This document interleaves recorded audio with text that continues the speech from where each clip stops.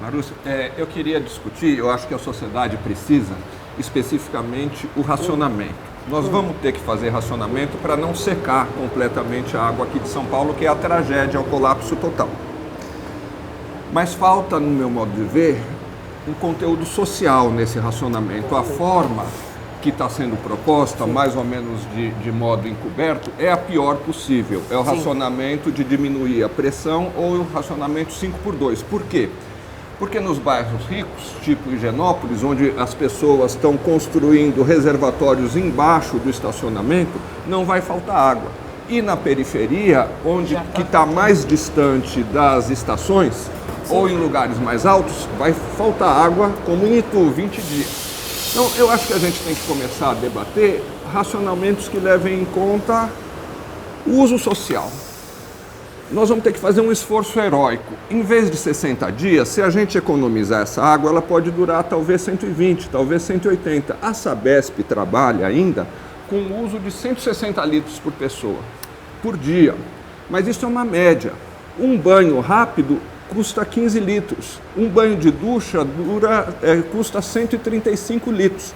Por que a gente não faz uma cota por morador?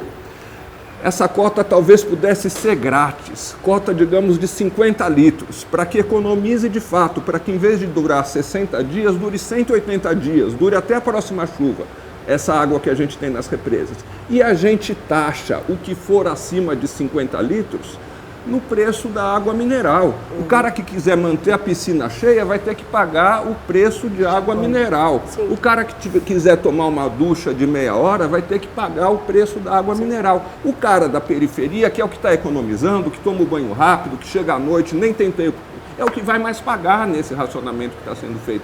Não é possível fazer um racionamento social? Nessa pergunta tá também o negócio de botar o reloginho.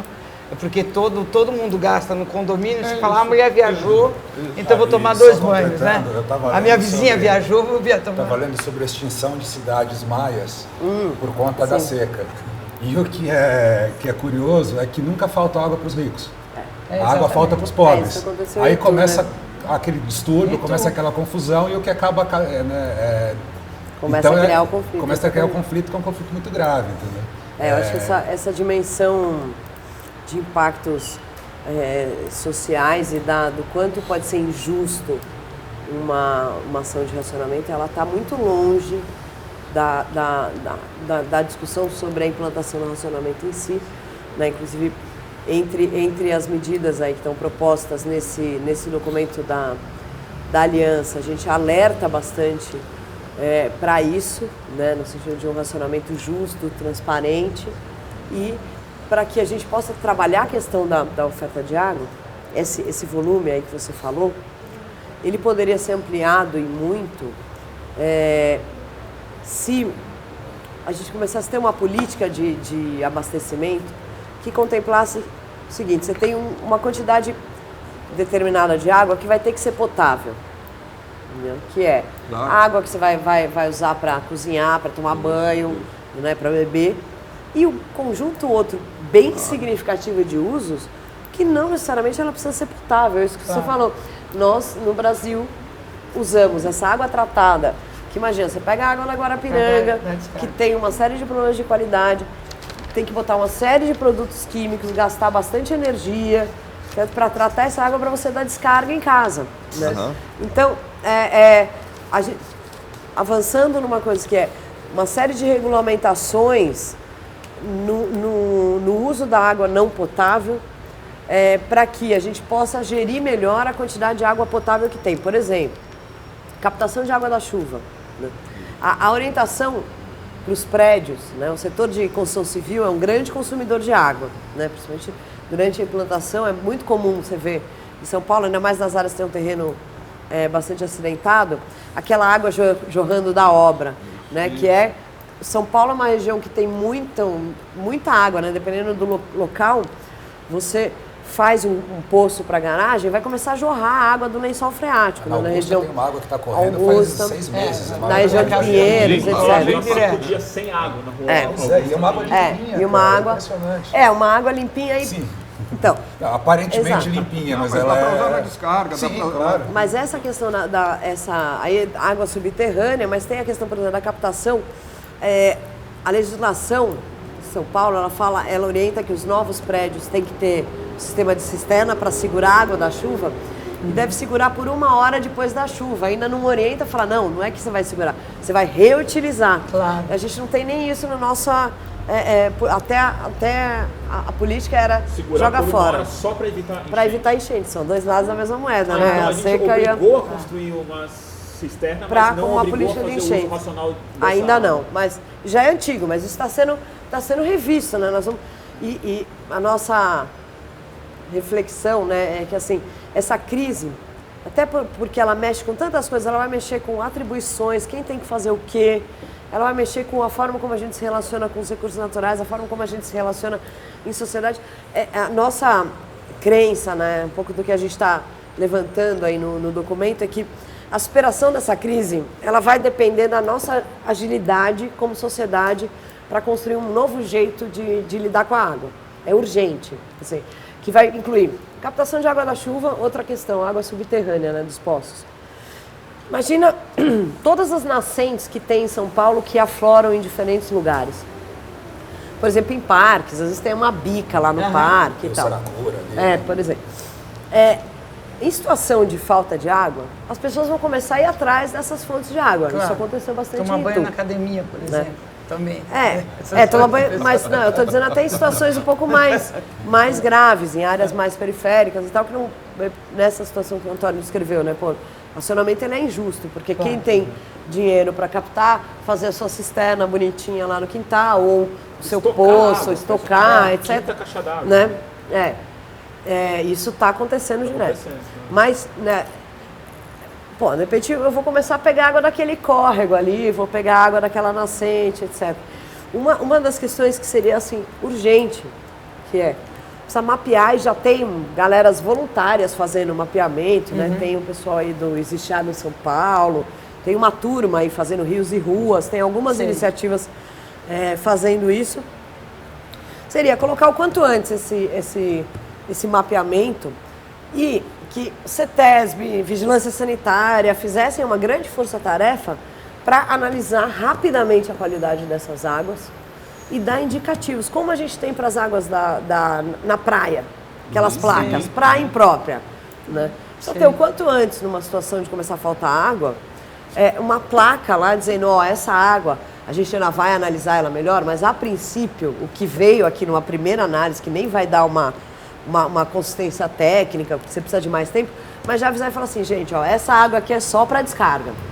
Né? Essas nascentes podem secar por conta do clima?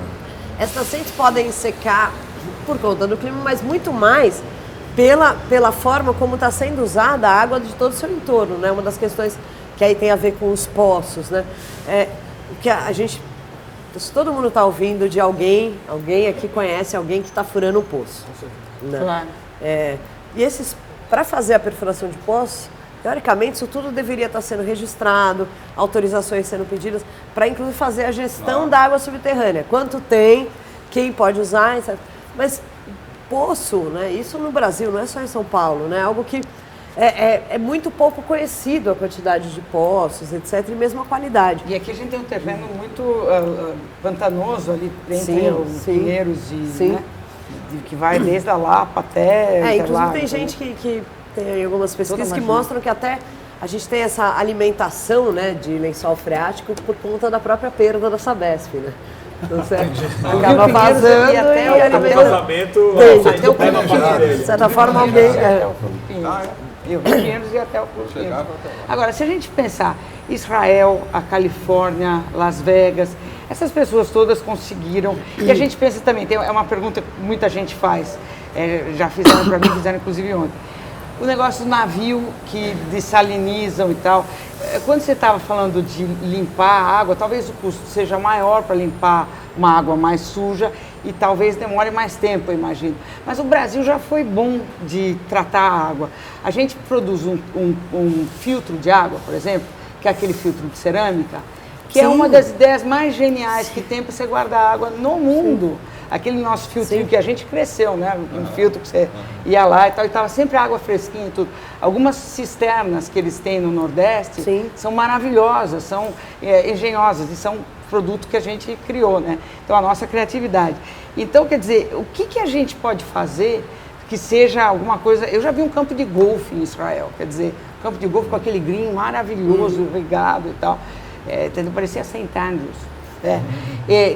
Que se assemelhe, por exemplo, a trajetória que a Califórnia passou foi uma trajetória de grande luta e de guerra. Eles proibiram agora engarrafar a água, você não pode mais engarrafar, e eles proibiram em São Francisco.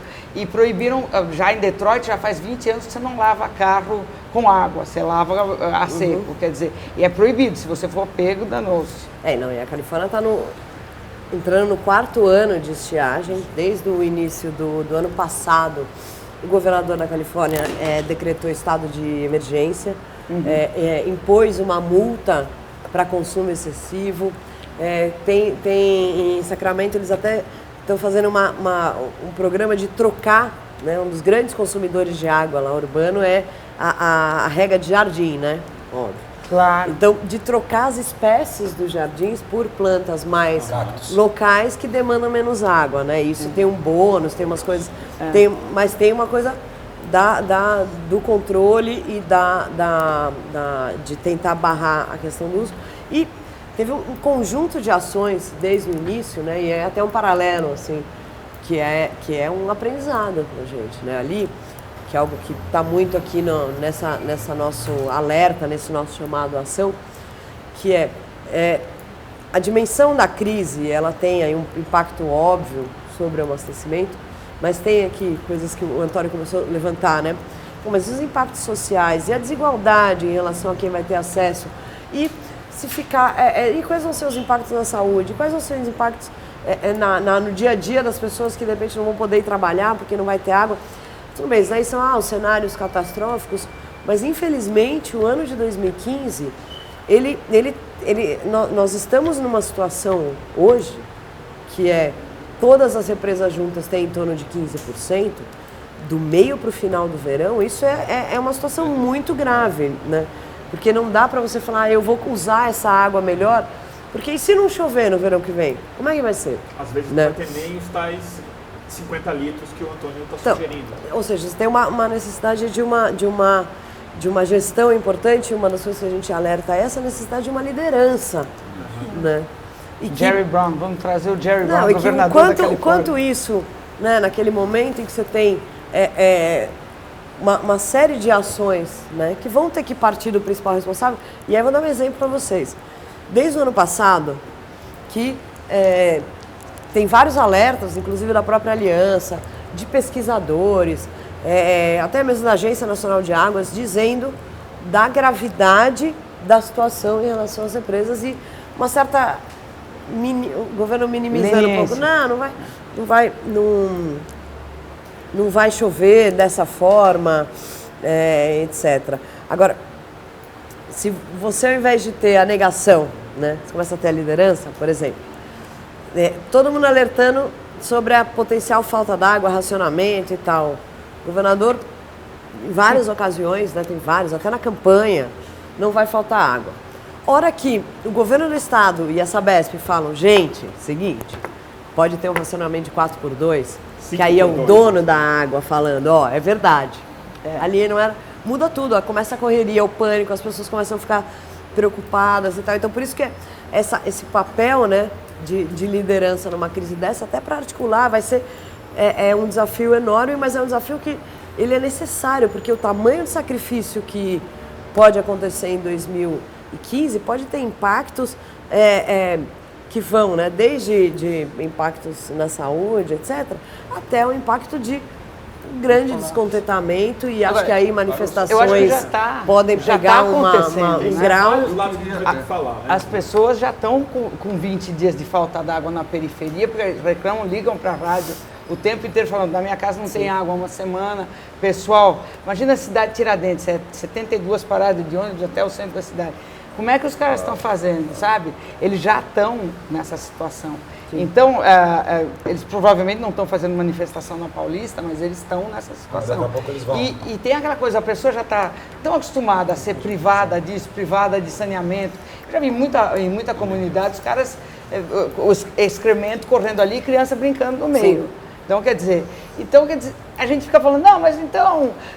ontem eu vi uma coisa muito engraçada. As pessoas falam assim, na minha região, no meu bairro, quem que me serve? A Cantareira, o Alto Tietê ou a Billings? O pessoal está iludido que se for servido pela Billings, não vai ter racionamento. Mas só quem está servido pela Cantareira que está ferrado. Né? Eu queria retomar essa questão que o Bruno levantou e sobre a qual você escreveu, que é a questão da Billings. Não como uma situação de emergência, mas eu acho que é um caso emblemático que mostra duas concepções diferentes de onde buscar água. Está se falando de buscar, numa obra que custa 800 milhões, água que está seca na bacia do Rio Paraíba.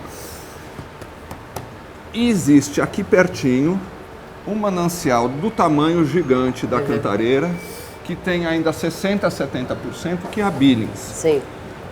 Eu acho que a sociedade devia discutir, parem todas as obras, vamos limpar o Rio Pinheiros, porque a prioridade do Estado de São Paulo agora é ter novamente água limpa na Billings. Então não é simplesmente uma solução de emergência, é uma solução da sociedade se apropriando da política. Não tem que fazer essa obra de transposição do Rio Juquiá.